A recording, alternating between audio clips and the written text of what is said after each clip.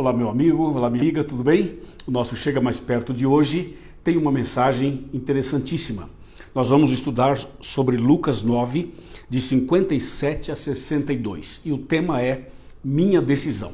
Então, prepare o seu coração, olho aqui na tela e vamos juntos estudar a palavra de Deus que diz assim: Indo eles caminho fora, alguém lhe disse: Seguir-te-ei para onde quer que fores. Mas Jesus lhe respondeu: As raposas têm os seus covis, as aves do céu os seus ninhos, mas o Filho do Homem não tem onde reclinar a cabeça. A outro disse Jesus: Segue-me. Ele, porém, respondeu: Permite-me ir primeiro sepultar o meu Pai. Mas Jesus insistiu: Deixa aos mortos o sepultar os seus próprios mortos. Tu, porém, vai e prega o reino de Deus. Outro lhe disse: Seguir-te-ei, Senhor, mas deixa-me primeiro despedir-me dos da minha casa. Mas Jesus lhe replicou: Ninguém que, tendo posto a mão no arado e olha para trás, é apto para o reino de Deus. Eu fiz uma leitura completa desse texto para que você e eu pudéssemos ter claro em nossa mente aquilo que vamos conversar nos próximos minutos. Falando de decisão, sabe que Deus nos criou de maneira perfeita, mas o ser humano pecou, se afastou de Deus e caiu. Consequentemente, nós não somos perfeitos. Mas tem uma coisa que Deus respeita em nós de maneira assim total, que é a nossa liberdade de escolha, é o nosso livre-arbítrio.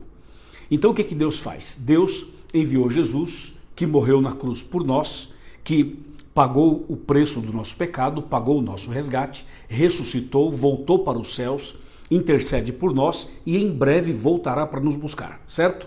Deus fez tudo por nós, já está feito. Agora Deus pergunta para você e para mim: qual é a sua decisão? A decisão de Deus já foi tomada, a decisão de Cristo de morrer na cruz também já foi tomada. Mas agora Deus quer saber de nós qual é a nossa decisão. Porque a decisão de aceitar a Cristo, de ir para o céu ou não, é minha e é sua, entende? Essa é a nossa liberdade de escolha. E aí a Bíblia traz exatamente três situações, três pessoas sendo de alguma maneira chamadas para seguir a Cristo, e aí as pessoas buscam desculpas diferentes para não seguir a Cristo. Observe com detalhes essas três histórias, essas três pessoas. Olhemos outra vez para Lucas 9, verso 57. Diz que, indo eles caminho afora, alguém lhe disse: Seguir-te-ei para onde quer que fores. Então uma pessoa, que aqui não diz quem é, falou para Jesus: Senhor, eu te seguirei aonde quer que você for. Bonita, né? Bonita decisão. Eu te seguirei onde você for. Maravilhoso. E parece uma decisão muito sincera. Mas no verso 58, Jesus respondeu a essa pessoa: As raposas têm os seus covis, as aves dos céus têm os seus ninhos, mas o Filho do Homem, isto é, eu, Jesus falando, não tem onde reclinar a cabeça. O que Jesus estava dizendo para essa pessoa que havia dito que seguiria Jesus aonde Jesus fosse? Jesus estava dizendo a ele que ele era muito bem-vindo e que todos nós somos bem-vindos para seguir a Cristo, mas que nós não deveríamos seguir a Cristo com interesses, esperando que, ao segui-lo, nós seríamos prósperos financeiramente, nós seríamos ricos do ponto de vista material, que nós não deveríamos seguir a Cristo com interesses políticos, financeiros ou de poder. Jesus estava dizendo assim: você pode me seguir, você deve me seguir, mas não esqueça que as raposas têm os seus covis, as aves dos céus têm os seus ninhos, mas eu não tenho onde reclinar a cabeça. Ou seja, você quer me seguir, me siga por amor e não por interesse. Entendeu ou não? Então tem muitas pessoas que querem seguir a Cristo porque em alguns casos está na moda, em alguns casos pode ser um status, em alguns casos pode ser um palanque político, é ou não é? Então Jesus está deixando bem claro: você quer me seguir? Então saiba que eu não tenho onde reclinar a cabeça. Você tem que me seguir por amor e ponto final. Que mensagem, né?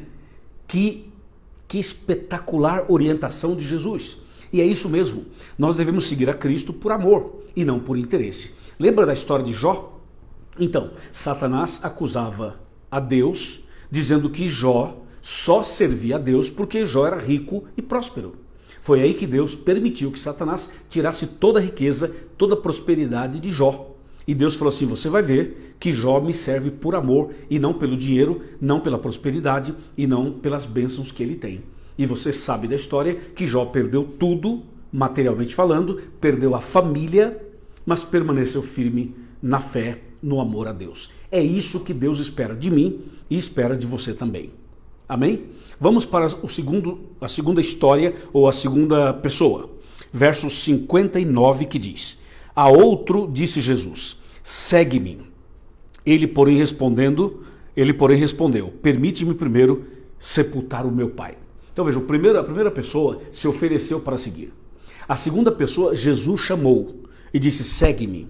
Aí a pessoa, ao invés de falar assim, ok, Senhor, eu vou te seguir, a pessoa disse, Senhor, primeiro eu preciso sepultar o meu pai. Em outras palavras, meu pai está doente ou está velhinho, ele vai, a qualquer momento vai morrer, então vamos esperar que ele morra, eu sepulto meu pai, fico livre e aí sim, não tem mais nada que me atrapalhe, aí eu vou te seguir. Olha só o comentário dessa outra pessoa. Eu pergunto, não é esse também muitas vezes o comentário de muitas pessoas em nossos dias? Não é essa a mesma desculpa que muitas pessoas dão nos dias de hoje? Eu vou te seguir, Senhor, mas primeiro deixa eu aposentar, primeiro deixa eu terminar a faculdade, primeiro deixa eu me casar, primeiro deixa eu fazer tal viagem, primeiro deixa eu fazer tal coisa. A gente sempre tem algo para fazer primeiro, para depois seguir a Cristo. Eu sei que você que está me assistindo já deveria ter tomado sua decisão há muito tempo, mas você está protelando, é ou não é? Esperando aposentadoria, esperando resolver os seus problemas para depois seguir a Cristo. E não é isso que Jesus está dizendo. Ele está dizendo o seguinte, me siga e ponto final. E deixa que eu cuido para você das suas coisas. Veja, por exemplo, o verso 60. Mas Jesus insistiu, deixa os mortos sepultar os seus mortos. Tu, porém, vai e prega o reino de Deus. Entendeu? Jesus está dizendo assim, rapaz, não se preocupe. Quando seu pai morrer, o que não vai faltar é gente para sepultá-lo. Então você não deve usar o seu pai, nem a velhice dele, nem a doença dele como desculpa. Segue-me e deixa que eu cuido de tudo. O problema é que a gente quer seguir a Jesus, mas nós não queremos soltar a direção, não queremos soltar as rédeas. A gente quer servir a Deus, a gente quer entregar a vida para Deus, mas não quer que Ele assuma totalmente a direção da nossa vida. Então esse é um dos grandes problemas que nós temos. Por isso, meu irmão e minha irmã, nós temos que deixar tudo nas mãos de Deus e não permitir que nada seja ou se torne um empecilho para seguir a Cristo. Deu para você entender? Agora vamos para a terceira situação, verso 61, que diz, outro lhe disse, seguir-te-ei, Senhor, mas deixa-me primeiro despedir-me dos de casa. Interessante. A terceira pessoa falou assim, eu te seguirei. Então veja, a primeira pessoa se ofereceu, a segunda Jesus chamou e a terceira se ofereceu. Seguir-te-ei, Senhor, mas deixa-me primeiro despedir-me dos de casa. Não parece uma coisa suave, tranquila e justa? Eu vou te seguir, mas eu primeiro preciso me despedir da minha família. Veja, a questão aqui não é se o que a pessoa falou é uma coisa complexa ou é alguma coisa tranquila e suave. A questão aqui é que a pessoa está usando esse argumento para não seguir a Cristo, seja ele algo complexo ou não. Você percebeu? Então o texto diz assim, eu te seguirei, mas deixa-me primeiro despedir-me dos de casa. Suponhamos que alguém da casa, alguém da família, morasse em outro país, em outro estado, em um lugar bem distante, onde a pessoa necessitaria de uma semana, de um mês, ou mais ou menos, para visitar a família toda, se despedir de todo mundo para seguir a Jesus. Quer dizer, estas desculpas que o ser humano costuma dar tem sido uma estratégia do inimigo. Para quê? Para ganhar tempo. Porque é justamente nesse passar do tempo que o diabo pode colocar uma casca de banana para você cair, o diabo pode colocar uma armadilha para que o ser humano caia. Então nós não podemos deixar para depois o que temos que fazer agora.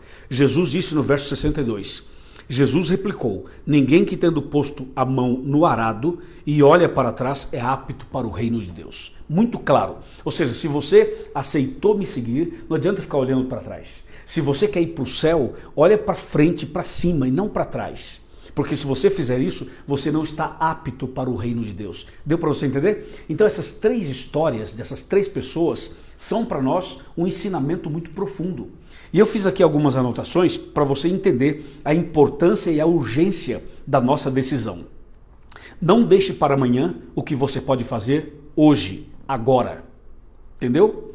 Número 2. Hebreus 3, 7 e 8 fala assim: hoje, se ouvirdes a voz do Espírito Santo, não endureça o vosso coração. Hoje. Isso está em Hebreus. Veja, Apocalipse 3, 20. Eis que estou à porta e bato. Se alguém ouvir a minha voz e abrir a porta, entrarei em sua casa, cearei com ele e ele comigo. Hoje, agora. Veja o que diz 2 Coríntios 6, verso 2. Fala assim: hoje é o tempo, agora é o momento, hoje é o dia da salvação. Não é amanhã, é hoje.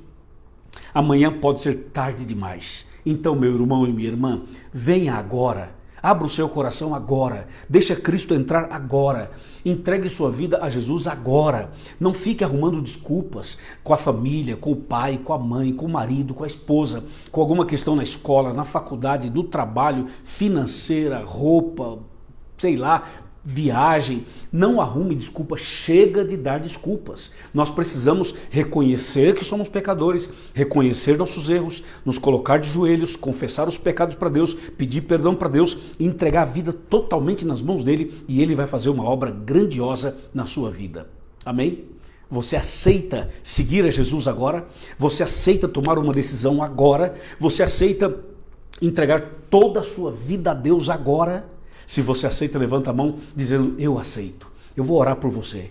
Sim, eu também aceito. Então procure uma igreja adventista, procure o pastor da igreja, procure os anciãos da igreja. Os nossos anciãos são pessoas de Deus, os nossos pastores são homens de Deus também. Vai lá e comece a se preparar para o batismo e para a volta de Jesus. Amém? Oremos. Senhor nosso Deus, obrigado pela mensagem de hoje. Obrigado porque acabamos de tomar uma decisão importante. Abençoe este homem, esta mulher que acaba de tomar uma decisão. Em tuas mãos eu o entrego, em nome de Jesus. Amém. Amém. Gostou do vídeo? Então pega esse vídeo e manda para quem você quiser, distribua para que mais pessoas conheçam a palavra de Deus. Curta o nosso vídeo, se inscreva no canal e faça também os seus comentários. Deus te abençoe e até o próximo vídeo, se Deus quiser. Amém.